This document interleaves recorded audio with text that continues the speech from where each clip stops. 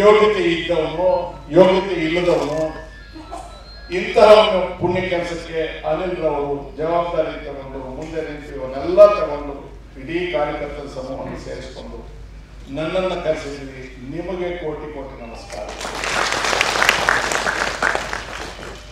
ಮೂರನೇದಾಗಿ ಒಳ್ಳೆಯದೇ ಮಾಡಿದ್ವಿ ನಾವು, ಕೆಟ್ಟದ್ದೇ ಮಾಡಿದ್ವಿ ನಾವು.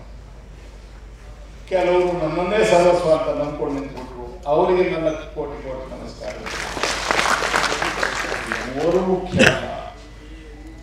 ನಾಲ್ಕನೇವರು ಹೋಗ್ತಿದ್ದಾರೆ. ಊಟಕ್ಕೆ ಕಲ್ಲು ವಿಷ ಹಾಕಿದವರು,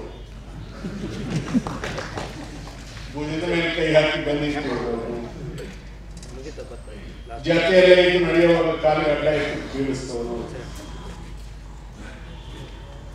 ದೇವರಿಗೆ ನಮಸ್ಕಾರ ಮಾಡಕ್ ಮಲಗಿದಾಗ ಕತ್ತಿ ಇಟ್ಟವರು, ಅವ್ರಿಗೆ ಇವರೆಲ್ಲರಿಗಿಂತಲೂ ಜಾಸ್ತಿ ಕೃತಜ್ಞತೆಗಳನ್ನು ಅರ್ಪಿಸಿ ಭಗವಂತ ಇವರನ್ನು ಕಾಪಾಡಪ್ಪ, ಅವ್ರಿಗೆ ಶಕ್ತಿ ಕೊಡಪ್ಪ, ನಮ್ಮಂತ ದುಷ್ಟರನ್ನ ಅವರು ಮರ್ದನ ಮಾಡ್ತಾ ಹೋಗಿ ಈ ದೇಶ ಚೆನ್ನಾಗಿದೆ ಅಂತ. ಇನ್ನೇನು ಹೇಳಬೇಕು ನಾನು, ಯಾರೊಬ್ಬರ ಹೆಸರು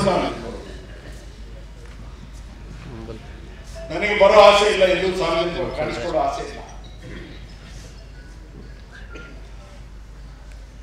ಅನಿಲ್ ಅವರು ಫೋನ್ ಮಾಡಿ ಹೇಳಿದ್ರು, ಅದ್ರ ಅಣ್ಣನ ಇಡೀ ಕುಟುಂಬ ಬರುತ್ತೆ.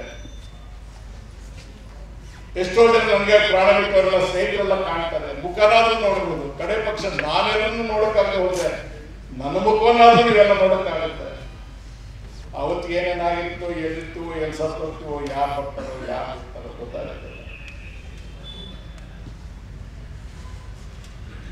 ಇವೆಲ್ಲ ಯೋಚನೆ ಮಾಡಿ ರಾತ್ರಿ ಎಲ್ಲ ಯೋಚನೆ, ಏನ್ ಮಾತಾಡಬೇಕು, ಯಾರೊಬ್ಬರು ವಿಷಯ ಹೇಳಬಾರ್ದು, ಕಹಿ ಇರಬಾರ್ದು, ವಿಷ ಇರಬಾರ್ದು, ಸತ್ಯ ಹೇಳಬೇಕು. ಸತ್ಯ ಹೇಳಿದ್ರೆ ಕಹಿ ಆಗುತ್ತೆ. ನೀವು ಹೇಳಿದ್ರಿ ತಾಲೂಕು ಪಂಚಾಯತ್ ಇಲ್ಲ, ಇದೊಂದು ಹೇಳಿ ಮುಗಿಸ್ಬಿಟ್ಟು ನಾವು ಹೊಟ್ಕೊಳ್ಳೋಣ.